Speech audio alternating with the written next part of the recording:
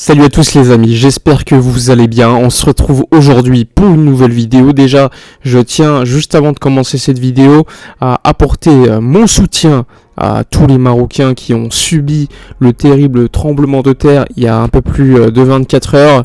Donc pour répondre à cela, j'ai décidé de donner une partie de mes revenus ce mois-ci issus de la chaîne, donc à une association pour soutenir tout simplement ce qui s'est déroulé là-bas. Bon, allons-y, revenons à un sujet qui vous intéresse peut-être un peu plus. Juste avant, n'hésitez pas d'ailleurs à soutenir la chaîne via un like, par un abonnement, abonnez-vous, donc ça fait toujours plaisir. Et si vous pouvez aider la chaîne encore plus de manière financière, eh bien vous pouvez également le faire via un lien dans la description sur Twitter ou encore sous la vidéo. Bon, allons-y, on va évoquer un élément assez important du FC Barcelone, c'est le numéro 6. Bon, le numéro 6, le Barça, on peut le dire, ils en cherchent un depuis déjà pas mal de temps parce qu'on savait quand même que Sergio Busquets était beaucoup plus proche de la fin que du début. Donc le club, en sachant cela, n'a pas anticipé malgré tout le départ de Busquets, puisque Xavi avait poussé jusqu'au bout au fait que le joueur puisse rester. Finalement, ce n'était pas le cas, mais de toute façon, Busquets, vu son âge, vu son, on va dire, ses capacités, etc., il aurait pu jouer dans des matchs de Liga encore quelques temps, mais pour des matchs européens, il était déjà devenu obsolète. Bon, le Barça, pour le remplacer, avec les limites salariales, le fair play financier de la Liga, etc., très compliqué, a réussi quand même à prendre un joueur qui est Oriol Romeu, qui a coûté 3,4 millions d'euros. Et depuis le début de la saison, si on est honnête, on peut considérer que le joueur a un apport plus ou moins intéressant en Liga. Mais encore une fois, c'est en Liga, c'est un joueur qui jouait déjà à Girona en Liga, donc ce n'est pas non plus une nouveauté. Mais on remarque quand même sur certains éléments de match, sur certains moments, que c'est un joueur qui manque de qualité. Non pas en termes de récupération, ça il peut faire le travail, mais plutôt en termes d'organisation. Quand tu passes de Busquets, qui est capable d'orienter le jeu à une touche de balle, à Oriol Romeu, qui a quand même de la qualité, on va pas dire le contraire, il y a quand même un océan qui les sépare. Ce n'est pas pour un hasard que Oriol Romeu jouait à Southampton pendant pas mal de temps avant de rejoindre Girona et que Busquets a joué plus de 15 ans à Barcelone. C'est pas un hasard. Bon, le Barça a quand même réussi à réorganiser l'équipe. Bon, les années précédentes, on avait un double pivot entre Frenkie de Jong et Busquets. Et moi, ce que je remarquais, c'est que de Jong, on peut dire, n'était pas dans un meilleur élément qu'il l'est aujourd'hui, parce que Busquets, certes, est meilleur pour organiser le jeu, mais en termes défensifs, c'était un véritable problème. Donc, comme il s'agit d'un duo, De Jong avait donc tendance à beaucoup défendre et travailler pour Busquets. Même si c'est pas un numéro 6, ça on est d'accord pour le dire, il était obligé en fait de faire limite le travail pour deux défensivement, ce qui évidemment lui permettait pas d'avoir cette énergie évidemment pour attaquer, et surtout il n'avait pas le contrôle qu'il peut avoir depuis le début de la saison avec le ballon, puisque évidemment quand tu as Busquets à côté de toi, tu vas peut-être avoir tendance à plus lui donner le ballon qu'organiser toi-même. Quand tu as Oriol Romeu, comme on le voit aujourd'hui, De Jong a plus tendance à prendre le lead et à diriger les attaques.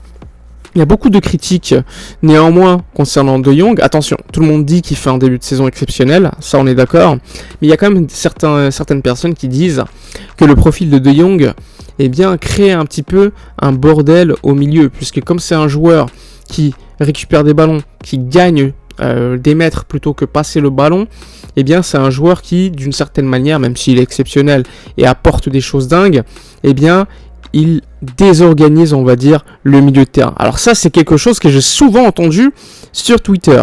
Mais bon, c'est toujours étonnant de voir des choses comme ça, mais c'est quelque chose qui n'est pas si illogique, puisque De Jong, c'est un joueur qui, en termes de, on va dire, double pivot numéro 6 que le Barça attend en voyant le modèle Busquets, oui, on va pas avoir un Busquets 2.0. Là, c'est De Jong qui a des qualités totalement différentes, qui est capable de gagner des mètres, de récupérer des ballons, d'un petit peu de tout faire. On le voit de plus en plus faire sa dernière passe en diagonale pour Gundogan. On l'a vu faire pour Rafinha l'année dernière. C'est quelque chose qu'il fait de plus en plus. Et donc ça, c'est positif. Mais, encore une fois, il est associé à un joueur comme Oriol Romeu, qui lui a plus tendance, on va dire, à défendre plutôt qu'à créer. Donc ça, c'est pas un problème si les rôles sont organisés entre eux. Néanmoins, le Barça, comme on le sait avec Xavi, lui, ce qu'il attend, c'était plutôt un pivot devant la défense. Ça, c'est clair. Néanmoins, en voyant qu'il n'avait pas ce joueur-là, il a décidé de mettre en place un 3-4-3. Je ne sais pas si vous avez remarqué le documentaire sorti par Amazon, mais Xavi considère que lui, ce qu'il met en place, c'est un 3-4-3, même si en réalité, on remarque bien que c'est souvent Lewandowski et l'ailier droit qui sont titularisés, et donc le faux ailier gauche, en l'occurrence, c'était souvent Gavi, mais en réalité, c'est plus un milieu de terrain qu'un ailier, donc c'est pas vraiment un 3-4-3, même s'il l'appelle comme cela. Donc, ça a été mis en place surtout pour avoir plus de contrôle dans le jeu, parce que même avec Busquets, il le faisait. Parce que Busquets avait une qualité qui ne le permettait pas, on va dire, de défendre tout seul en numéro 6. Plus maintenant en tout cas. Donc il a trouvé une parade pour, on va dire, limiter les problèmes de Busquets. Néanmoins, aujourd'hui, Busquets est absent et tu n'as plus donc de pivot. Donc tu restes quand même dans ce dispositif et on peut dire que le Barça cherche un numéro 6. Il y a beaucoup de noms qui sont sortis. Les noms de Paaliña, de Fulham, qui est énorme, mais qui coûte beaucoup trop cher, donc je pense que ça, on va mettre de côté. Et ensuite, tu as beaucoup de noms de jeunes joueurs qui viendraient, on va dire, compléter l'effectif, jouer quelques minutes, remplacer, on va dire, entre guillemets, Oriol Romeu. Oui, je pense que ça peut être une bonne chose de prendre quelque chose plutôt, un joueur plutôt jeune, qu'un joueur, on va dire, limite en fin de carrière, comme je l'ai entendu pour Thiago, ou encore Guido Rodriguez. Alors oui, à court terme, c'est des joueurs qui vont peut-être plus apporter, comme Guido, Rodriguez, parce que Thiago est souvent blessé.